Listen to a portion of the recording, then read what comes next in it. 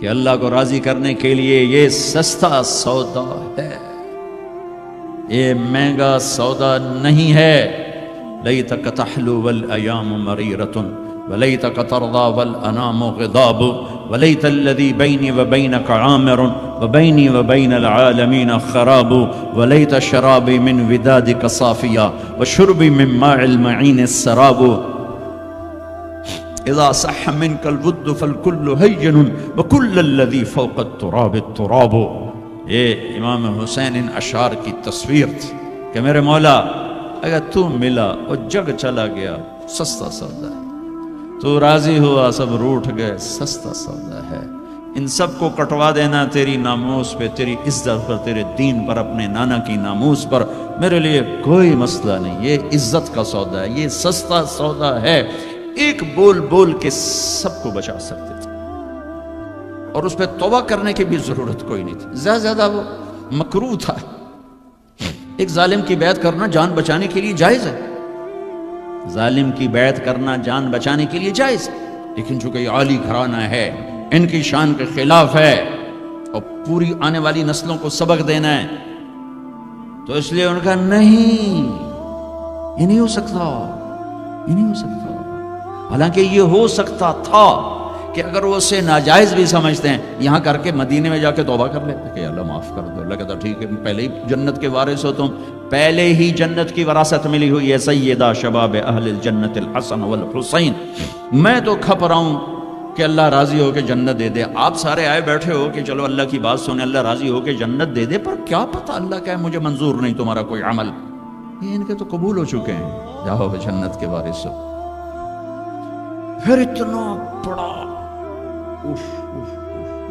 امام زین العابدین ساری رات روتے تھے، ساری رات سوتے نہیں تھے، ساری رات روتے تھے بیٹھ کر مصلی پہ۔ تو ان کے خادم نے کہا حضرت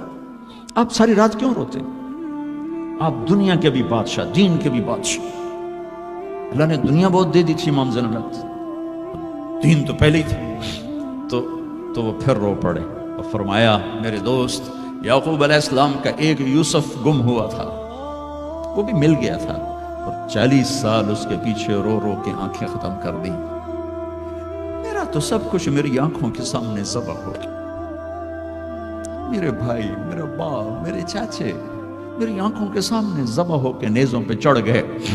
میں کہاں سے ہنسوں یا مجھے کہاں سے نیند آئے؟ چاہتا تو اس واقعے کو روکا جا سکتا تھا،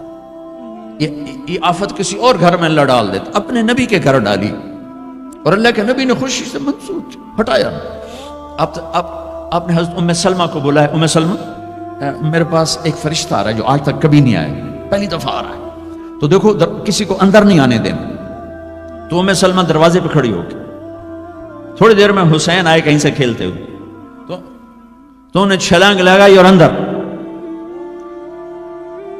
کچھ دیر کے بعد اندر سے اللہ کے نبی کے زور زور سے رونے کی آواز، ام سلمہ رہ نہ سکی،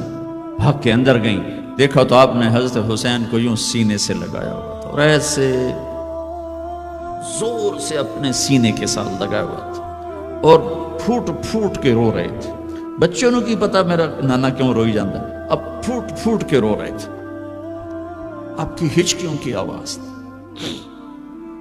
ام سلمہ نے پوچھا میرے ماں باپ قربان آپ کیوں رو رہے؟ ام سلمہ یہ جو فرشتہ آیا ہے یہ مجھے خبر دے کر گیا کہ میرے اس نواسے کو میری امتی ذبح کر دی، مجھے مٹی دکھا کے گیا جہاں اس کا خون گرے گا، اگر میرے نبی ہاتھ اٹھاتے تو اللہ ہٹا دیتا یہ قربان، ہاتھ نہیں ہٹائے، ہاتھ نہیں اٹھائے، تمہارے لیے ہاتھ اٹھائے، اولاد کے لیے نہیں اٹھائے، کہ ان کی قربانیوں کو اپنے دین کے لیے کھاد بنا دیا،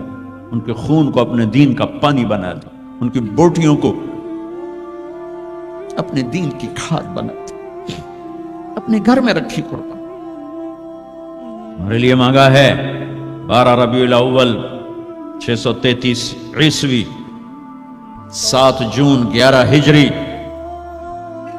جانے کا دن ہے، ملک الموت آتا ہے، باہر کھڑا ہو جاتا ہے، جبریل اندر آتا ہے، یا رسول اللہ موت کا فرشتہ دروازے پر ہے، اندر آنے کی اجازت چاہتا ہے، کیا دربار رسالت ہے جہاں موت کا فرشتہ پوچھ کے آئے، آپ نے کہا بلاؤ، اندر آ، اس نے کہا